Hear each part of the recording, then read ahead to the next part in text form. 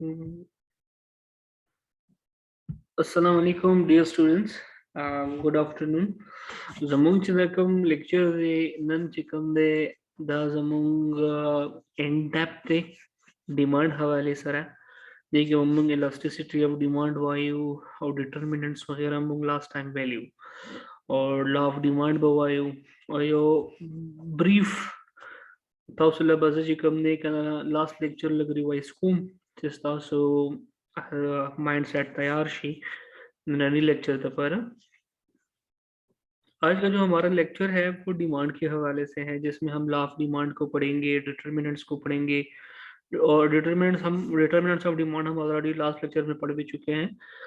लेकिन थोड़ा सा लिंक करने की कोशिश करूंगा। और आज का जो हमारे पास इंटरेस्टिंग टॉपिक जो होने वाला है वो है डिमांड इलास्टिसिटी ऑफ डिमांड। ये आज हमारा मेन फोकस होने वाला है और लॉ ऑफ डिमांड। तो आप लोगों को फाउंडेशन प्रोवाइड करने के लिए मैं जो पिछले लेक्चर था उसको रिवाइज करने की कोशिश करूंगा और आई होप कि ये लेक्चर आप लोगों के समझ में आ जाए और ये एग्जाम पॉइंट ऑफ व्यू से बहुत इंपॉर्टेंट है। What is demand? डिमांड सतवी डिमांड कथा सो मंग लास्ट लेक्चर के हम डिस्कस करे गोरा फ्रॉम इंडिविजुअल पर्सपेक्टिव मंग दृश्य सुनंगुर यो तमंग नीड वायु यो तमंग वांट वायु और यो तमंग डिमांड वायु द हायरार्की द नीड कला मुंग तबकारी की चिकला रोटी कपड़ा मकानी रोटे खुराक और कोर सर द पास छत the you individual needs wants मंग सता वायु लगा फॉर एग्जांपल नीड किता जरा दाल साग दी चाह तो खरे वांट्स द वेले शी तो पके चिकन तंदूरी ऑर्डर के नागे तो वांट्स हुई सासो कैटेगरी लक शांति बरलाश तासो हायरार्की की पद्धति फेस पानी डिमांड सतवई डिमांड के द्रे खबरी दी द यूशी डिजायर कवर और ब्यागे था विलिंगनेस द्रेम अफोर्डेबिलिटी चिकल तो वांट कैटेगरी ना बरा लार्ज लक फॉर एग्जांपल मुंग सर यो आईफोन दे ता मोबाइल फोन जरूरत है और तो विलिंग चिता खवाख ले ता डिजायर दे चिता सर आईफोन में उसता विलिंगनेस विचिता खवाख ले और ता सर आगा उम्र पैसी भी चितो आगा फोन पे वाख ले नो तो बिया डिमांड कैटेगरी के लायकी दी तमंग डिमांड वायो और देखिए जो प्रेजेंट डिफिनीशन के मंग सर ये बोल पॉइंट थे चिकन अमंग द प्राइस और द क्वांटिटी डिमांड खबर है कहूँ आगे तमंग वायो कि the demand relationship between price and quantity demanded is known as the demand relationship. यहाँ भी हम डिमांड को पढ़ने की कोशिश कर रहे हैं। डिमांड किसको कहते हैं? फ्रॉम जनरल पर्सपेक्टिव हमारे पास तीन चीजें अवेलेबल होती हैं जिसकी हम नजरअंसानी करते हैं। एक को हम नीड बोलते हैं, दूसरे को हम वांट बोलते हैं और तीसरे को हम डिमांड बोलते हैं। ये तीनों चीजें आप समझिए हायरार्की है। नीड तीन चीजें होती हैं, रोटी कपड़ा मकान। वांट चाह होती है, वो सेकंड कैटेगरी में आ जाती है हायरार्की में, सेकंड स्टेप पे आ जाती है। तीसरा पॉइंट क्या होता है? डिमांड। तो जब इंडिविजुअल के पास रोटी कपड़ा मकान आ जाता है ना तो उसकी बेसिक नीड पूरी हो जाती है, फिर वो वांट की तरफ जाता है। जैसे कि हमने एग्जांपल लिया कि अगर आपके पास दाल साग खाते हो आप डेली के हिसाब से और आप चिकन तंदूरी को अफोर्ड करने लगे हो और आप चिकन तंदूरी खाते हो, मतलब फूड में आपके पास चॉइसेस आ जाती हैं, तो तब आप वांट कैटेगरी में लाई करते हो। तीसरा स्टेप डिमांड। डिमांड के लिए तीन चीजों का होना बड़ा जरूरी है। एक डिजायर, दूसरा विलिंगनेस, तीसरा उस चीज की अफोर्डेबिलिटी आपके पास हो, तब आप जाकर डिमांड की कैटेगरी में लाई करेंगे। फॉर एग्जांपल आप आईफोन लेने की शौकीन है और आपको फोन चाहिए, तो पहले तो डिजायर होगी, दूसरी आपकी विलिंगनेस होगी, तीसरा आपकी अफोर्डेबिलिटी की। आप आईफोन 12 प्रो मैक्स जो अनकरीब 2 लाख का मिलता है और आप ले सकते हो और आपने ले लिया, तब जाके आप डिमांड की कैटेगरी में लाई कर। आगे बढ़ते हैं। ये आज का हमारे पास नया टॉपिक होने वाला है कि लव डिमांड किसको बोलते हैं। लव डिमांड हमें ये बताने की कोशिश करता है,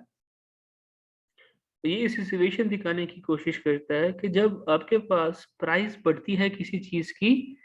तो डिमांड कम होता है, और जब प्राइस किसी चीज की ज्यादा होती है तो डिमांड उस चीज की कम हो जाती है। मतलब लॉ ऑफ डिमांड सिंपल अल्फाजों में हमें ये बताने की कोशिश करता है कि प्राइस और किसी चीज के डिमांड का जो ताल्लुक है ना, वो इनवर्स है, अपोजिट है। दोनों एक डायरेक्शन में मूव नहीं करते। आपको ये माइंडसेट बना लेना चाहिए कि वो उनका ताल्लुक अपोजिट है, एक बढ़ता है तो दूसरा कम होता है, दूसरा बढ़ता है तो पहले वाला बढ़ता है। डिमांड कम होगा तो प्राइस बढ़ेगा, प्राइस कम होगा तो डिमांड बढ़ेगा। और इसी के अलावा अगर आप ये ग्राफ देखने की कोशिश करते हैं तो ग्राफ में आपको दो ऐसी सिचुएशंस नजर आ रही हैं कि वाई एक्सिस पे हमने प्राइस को लिया है और एक्स एक्सिस पे हमने क्वांटिटी को लिया है। आप देखिए जब प्राइस P1 से P2 की तरफ नीचे आ रही है तो डिमांड हमारे पास उसकी पॉइंट्स आप डिनोटेशन करें तो एक बढ़ रहा है और एक कम हो रहा है। तो आपको ये पिक्चर समझने की कोशिश करें कि दोनों के जो स्लोप जो बना हुआ है हमारे पास,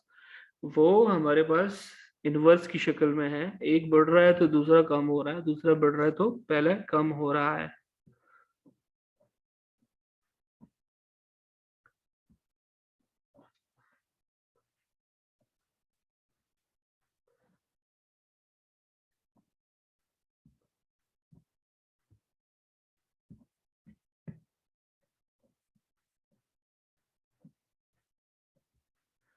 तो इस चीज को आपको माइंड में होना चाहिए कि जो हमारे पास प्राइस और डिमांड का जो सिचुएशन है वो हमारे पास अपोजिट है, अपोजिट डायरेक्शन में इनकी मूवमेंट है, तो इनका जो ताल्लुक है वो इनवर्स हो गया इस हिसाब से। फिर इसके बाद हम लॉ ऑफ डिमांड के रीजंस पढ़ने की कोशिश करते हैं और उसके मुख्तलिफ बहुत सारे रीजंस हैं, जैसे कि price being an obstacle to consumption, dimension marginal utility, और price changes income effect and substitution effect, ये भी हमने डिटेल में पढ़ा था लास्ट लेक्चर में। और it can also be derived from the diminishing marginal rate of substitution in of indifference curve। ये सारी चीजें अभी हमारे पास डिटेल में आने वाली हैं, तो वन बाय वन एक्सप्लेन होती जाएंगी। सबसे पहले इनकम इफेक्ट, ये तो हमने लास्ट लेक्चर में पढ़ा था कि जब आपकी इनकम बढ़ती है तो प्राइस, आप इनकी इनकम बढ़ती है तो डिमांड में हमें फर्क नजर आना शुरू हो जाता है। अगर आपकी इनकम कम होती है तो तब भी हमें किसी चीज की डिमांड में फर्क देखना आ जाता है। सब्स्टिट्यूट इफेक्ट क्या होता है, जब एक प्रोडक्ट की तरह दूसरा प्रोडक्ट भी मार्केट में अवेलेबल हो तो तब भी जाके डिमांड पे असरअंदाज होता है। फॉर एग्जांपल कोक और पेप्सी, अगर ये दोनों एक ही जैसी सॉफ्ट ड्रिंक कहलाई जाती हैं, तो अगर एक का डिमांड ज्यादा होता है तो दूसरे का डेफिनेटली डिमांड में कम हो जाती है,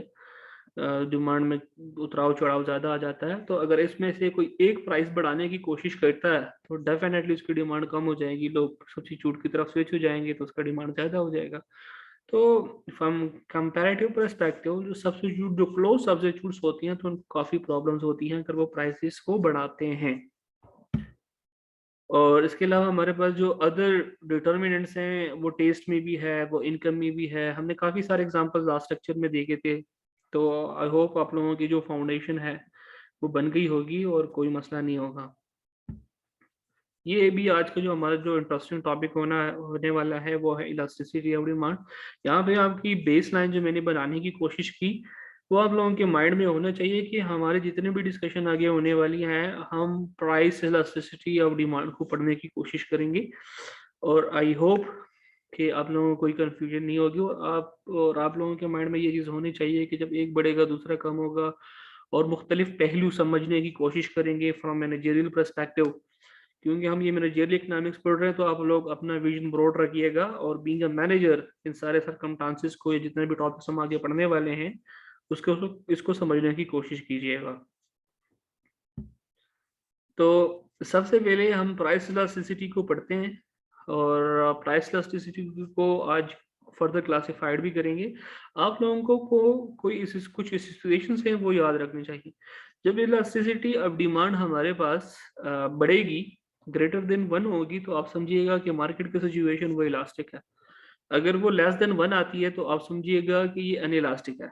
अगर वो इक्वल टू 1 आती है तो आप समझिएगा कि ये हमारे पास यूनिटरी इलास्टिसिटी ऑफ डिमांड है। तो यहाँ पे इलास्टिसिटी का फॉर्मूला क्या आता है हमारे पास, proportionate change in quantity divided by relative change in price. ये हमारे पास इलास्टिसिटी को मेजर करने के लिए हमारे पास एक फॉर्मूला आता है। और इसी सिचुएशन को समझने के लिए हम प्राइस इलास्टिसिटी को फर्दर डिवाइड करते हैं आगे 5 टाइप्स में, जिसको हम 1 बाय 1 अभी देखने वाले हैं और सीखने वाले हैं। सबसे पहले परफेक्ट इलास्टिसिटी ऑफ डिमांड किसको कहते हैं। इसकी जो सेकंड टाइटल हमारे पास है वो ये भी है कि perfectly of inelastic of infinitely elastic demand, कि हमारे पास एक सिचुएशन मार्केट में अवेलेबल होता है। इसको हम पढ़ते कैसे हैं, इसकी मीनिंग क्या है कि when a small change in price of good causes more than proportionate change in the quantity, it is called perfectly or infinitely elastic demand। जब हमारे पास प्राइस या किसी भी चीज का प्राइस वो चेंज होता है और वो प्रोपोर्शनेट चेंज ज्यादा लेके आता है क्वांटिटी या फिर डिमांड में, उसको हम बोलते हैं कि ये हमारे पास इलास्टिक डिमांड है या परफेक्टली इलास्टिक डिमांड है। परफेक्टली और इनफाइनाइटली इलास्टिक डिमांड कहलाता है। इसमें हमारे पास प्राइस और डिमांड की सिचुएशन जो होगी ना वो हॉरिजॉन्टल लाइन बेस्ड होगी। ग्राफ के थ्रू भी हम इसको एक्सप्लेन करेंगे। पश्तो में हम इसको कैसे समझने की कोशिश करेंगे कि मुंग the perfectly of any infinitely elastic demand ता दावायु जे कलम मुंग सरा पर प्राइस के या एनी गुड या एनी आइटम के चेंज मुंग रावलू का ना आहा डेर मैसिव चेंज रावली डेर घट चेंज रावली अका particular quantity of good per demand के no agita mung वायु जुदा situation greater than 1 mung sara elasticity of demand में measure की that's a situation कि mung चिकम ने acosta वायु चिदाबा mung sara horizontal line भी और x axis और y axis चिकम mung बग्राफ को उस गुरु मख के प्राइस और डिमांड हवाले सारा ना अगब mung sara यो horizontal line drive की no agina बाद mung da perfectly inelastic demand माने हम जान पूरी कुनो बिया mung ba graphs तलाउट शू दल्ते के से वही चिकल मम सरा चेंज चिकम ने पर प्राइस के राशि अगर टोटली अपोजिट दे जाऊं द लास्ट डिस्कशन वाला। परफेक्टली अनइलास्टिक डिमांड किसको कहते हैं कि जब हमारे पास चेंज प्राइस जो प्राइस हम चेंज लाते हैं ऑफ एनी पर्टिकुलर गुड और वो no change in quantity of demand लेके आ जाए, तो ऐसे सिचुएशन को हम बोलते हैं कि ये इनइलास्टिक डिमांड है। ये हमारे पास कहलाती है परफेक्टली इनइलास्टिक डिमांड। और यहाँ पे हमारे पास जो ग्राफ्स की शक्ल बनेगी प्राइस और डिमांड के दरमियान वो वर्टिकल होगी, मतलब दोनों पैरेलल तरीके से बढ़ रहे होंगे। और डिमांड में जो है ना आपको ऐसे एग्जांपल्स हमारे पास मार्केट में प्रोडक्ट्स के अवेलेबल हैं, वो अभी एग्जांपल के थ्रू देखने की कोशिश करते हैं। परफेक्टली अनइलास्टिक डिमांड से तो वही आसान अल्फाजों की दा दे चिकन अमंग पर कीमत की चेंज क्या वालू दा यो प्रोडक्ट और आगा the demand of any item या quantity of any demand product ची कम ने अगर की चेंज दासी मामूली गुंता रावली या लुक शांति चेंजेस पक्ष रावली लकगे बने सा असर नहीं भी डिमांड बरकरार भी या रो जे कम ने खपली हिसाब से जाती की डिमांड बने सा असर न कास की है ना इफेक्ट इन राजी दासी सिचुएशन में मुंत ग्राफ को थ्रू बने कार की जे आगे दोनों प्राइस और द क्वांटिटी तालुक पर कम ने आगबा vertical examples taso mung sara ogore chedi ki shamil di like a perfectly elastic demand और बल सर एग्जांपल दे ग्राफ वाला perfectly inelastic demand देखिए तासो सिचुएशन हो गोरे दम सर हॉरिजॉन्टल लाइन बने बेस्ड। अब ये देखिए हमारे पास ग्राफ में दो ग्राफ हैं। पहला वाला जो ग्राफ है वो है परफेक्टली इलास्टिक डिमांड, दूसरा जो है वो परफेक्टली इनइलास्टिक डिमांड। पहले जो परफेक्टली इलास्टिक डिमांड के जो हमारे पास एग्जांपल आती है ना वो ये है कि एक फॉर एग्जांपल हमारे पास एक फार्मर है और वो ये जो है ना क्रोन सेल करने की कोशिश करता है और वहां पे मार्केट जो है ना वो कॉम्पिटेटिव है, तो प्राइस को होल्ड करना इसके हाथ में नहीं है। वो वही प्राइस रखेगा जो कि मार्केट में अवेलेबल है, वरना कस्टमर स्विच हो जाएंगे कंपटीटर से लेने के लिए। जब हमारे पास दूसरा जो परफेक्टली अनइलास्टिक डिमांड का एग्जांपल हमारे पास आता है ना वो बड़ा जबरदस्त है। जैसे कि लाइफ सेविंग प्रोडक्ट्स हमारे पास हो गई, कैंसर की आइटम्स होगी, ड्रग्स हो गई, इंसुलिन हो गई, इंजेक्शन वगैरह हो गई, या आजकल जो कोरोना के वैक्सीनेशन है, मॉडर्ना एंड ऑल दैट। तो ऐसे जो लाइफ सेविंग प्रोडक्ट्स हैं उस पे क्वांटिटी ऑफ डिमांड में कोई फर्क नहीं आता, प्राइस जितने भी बढ़ेगी लोग लेंगे उसको। और इनकी जो सिचुएशन होगी, क्योंकि लोगों के पास चॉइस ही नहीं है, वो खरीदेंगे। लेकिन परफेक्टली लास्ट सिचुएशन वो बिल्कुल अपोजिट है। अगर प्रोड्यूसर प्राइस के साथ खेलता है, ऊपर नीचे करता है, तो वो स्विच हो सकते हैं। इसके फार्मर की एग्जांपल इसमें हमने देखी। तो आप ये समझने की कोशिश करें कि जब हमारे पास सिचुएशन कॉम्पिटेटिव होगी कि मार्केट में लोग ज्यादा होंगे, जो प्रोड्यूसर होगा, जो सेलर होगा, वो प्राइस के साथ अप्स एंड डाउन नहीं कर सकता, और वो जाके वही चीजें प्रोड्यूस करेगा, वही प्राइस सेलेक्ट करेगा जो कि मार्केट में अवेलेबल है, तो लोग लेंगे, वरना लोग स्विच हो जाएंगे अगर वो प्राइसेस के साथ खेलता है। दूसरी सिचुएशन में, दूसरे ग्राफ में हमारे पास क्या देखने को मिलता है कि अगर आपके पास एक प्रोडक्ट है, उसकी नेचर जो है वो लाइफ सेविंग प्रोडक्ट है, कैंसर की आइटम्स होगी, तो उसका सीन क्या बनेगा कि उनकी प्राइस और क्वांटिटी की सिचुएशन जो है ना वो होगी वर्टिकल। क्योंकि प्राइस अगर जितना भी आप चेंज करोगे, कम करोगे, ज्यादा करोगे, तो उसका क्वांटिटी ऑफ डिमांड पे फर्क नहीं पड़ेगा, क्योंकि वो कुछ ऐसे आइटम्स हैं कि वो लोग खरीदेंगे चाहे वो जो भी कीमत हो। ठीक। तो कैंसर की आइटम्स मैंने आपके पास दे दी। इस तरह बहुत सारी बीमारियां हैं, जैसे कि जिनको दिल का बीमार पड़ता है दौरा, तो वो स्टंट्स की तरफ जाते हैं, स्टंट्स लगाते हैं, तो वो जो भी कीमत होगी तो वो लगाएंगे, क्योंकि उस किस्म के जो कस्टमर्स होते हैं जिनका दिल की बीमारी होती है या लाइफ सेविंग प्रोडक्ट जैसे कैंसर की मरीज हो गए, तो उनके लिए ये चीज़ें फिर मानी नहीं रखती और वो लेते हैं। और पश्तो में भी समझाने की कोशिश करता हूँ फॉर अफगानी स्टूडेंट्स। दा मुंग सर ग्राफ्स थी ना तासुस्ता बखकारी पर स्लाइड्स की दी कि मुंग सरा उड़मने की कम स्लाइड्स दे अगर तो मुंग वायु परफेक्टली इलास्टिक डिमांड नो पा वाई एक्सेस बने मुंग प्राइस अगस्ते थे और एक्स एक्सेस बने मुंग क्वांटिटी अगस्ते दल ते के प्राइस सरा चेड़ल न कीगी वली न कीगी जका दा ग्राफ यो दा कॉम्पिटिटिव मार्केट सिनेरियो दा उस फॉर एग्जांपल यो किसान दे सही थे जी यो किसान दे अगर चिकन ने मार्केट ला राउडी वगी तो चिकन अगर वगी राउडी नो यो आवाज को गना खरसाई डेर खलक खरसाई का नो अग प्राइस नशी कंट्रोल कोले अगर चिकम कीमत बने दे खरसाई या लोरे चे खरसाई नो देवें पागी कीमत बने खरसाई प्राइस अप्स एंड डाउन नशु कोले सेम प्राइस बने बखरसाई और ना दी कीमत से आते ही नो डेफिनेटली खलक बते स्विच कीगी और लोर के ना खलक बचे कम ने लोर ना आखरी दास तासो परफेक्टली एनी इलास्टिक सिनेरियो उगोरे दल ने कि मंग सर इस सिचुएशन चिकम दे द प्राइस और द क्वांटिटी द वर्टिकल दे दल तक ये दास किस्म प्रोडक्ट्स मुख खबर है को मार्केट की अवेलेबल दी लाइक फॉर एग्जांपल चिकम मरीजान भी अगीता द कैंसर दवाया ने पकारी भी या द जड़ मरीजान भी अगीता स्टंट्स पकारी नो का कीमत हर सुमरखी जी कमीगी अगे sir the quantity of demand the particular product the life saving product its ताल्लुक निश्ता अब खामखा खर्ची अब खामखा गस्तले की सही है जी द बेस्ट एग्जांपल्स दे मुंग सर दे दो या बल मुंग सर च कम टॉपिक थे अगर दे relatively elastic demand when a small change in price causes a big change in quantity. It is relatively elastic demand. The coefficient of the elasticity is more than 1. The demand curve is a downward sloping curve. दलते कि मंग relatively elastic demand खबर है कौन मंग दा वायु जिकल मंग लक्षांत change पर प्राइस के रावालू और अगर देर ज्यादा change रावाली मंग सरा पर quantity of demand of any particular item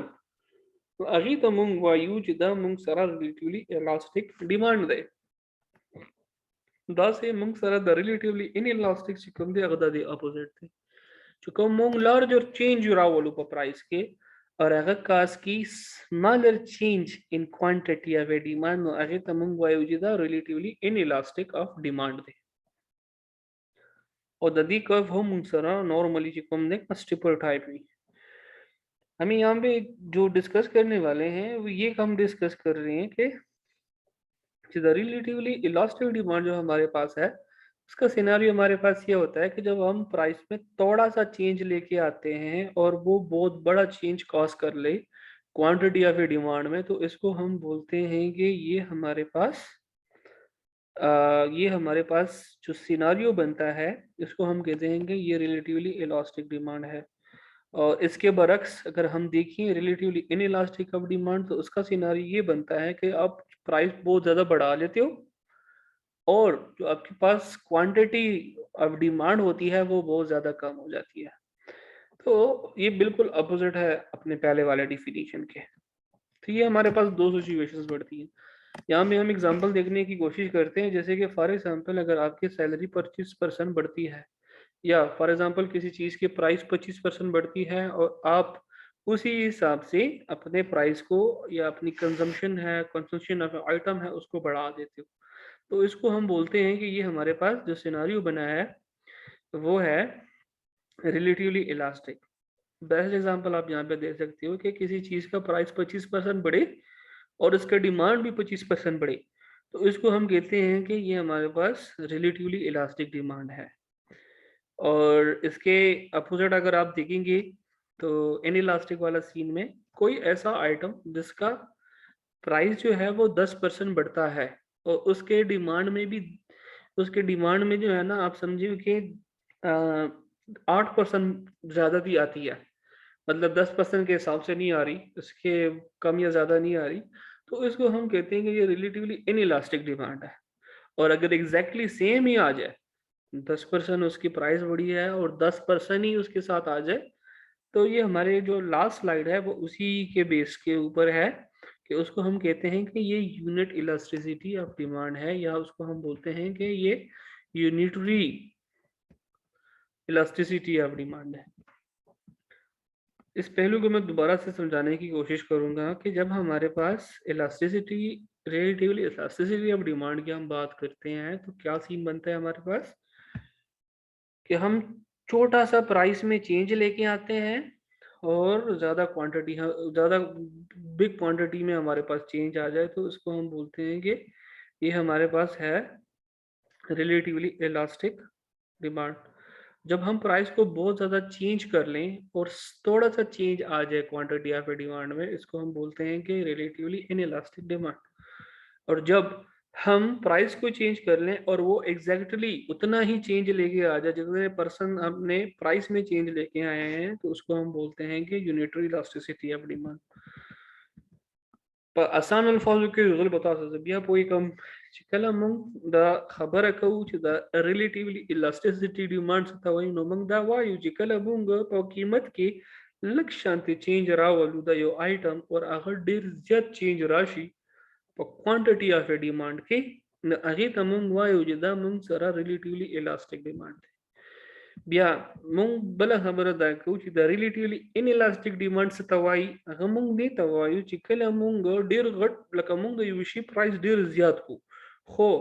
अच्छा मंग सोमरा प्राइस ज्यादा कड़ी आगा हिसाब सरा क्वांटिटी ऑफ डिमांड की चेंज रानी शी कना नो अगे तमंग दा वायु चिता रिलेटिवली इन इलास्टिक डिमांड चिकला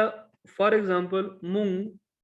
यो प्राइस की कंपनी की चेंज रावलु 10% और अगी इस 10% हिसाब सारा क्वांटिटी ऑफ डिमांड की चेंज राशि अगी तमंग वायो चुदा मंग सारा यूनिट इलास्टिसिटी ऑफ डिमांड दे द ग्राफ सेल्फ एक्सप्लेनेटरी थी तासो दाली देशे और तासो बिया हम सो क्वेश्चन भी you are more than welcome, you can ask me any time और का तासो ता रिप्लाई लेट मिलावेगी, नो डोंट बॉदर योरसेल्फ, तासो ता रिप्लाई खामा मिलावेगी। और आई होप ची दा लेक्चर बताओ ता डेर आसान भी कि अब हमसे क्वेश्चन है, you are more than welcome पर व्हाट्सएप बाने तासो माता टेक्स्ट वगैरह कॉल वगैरह कवल है नो मंग बिया दी बाने पर डिटेल के डिस्कशन का। Thank you so much.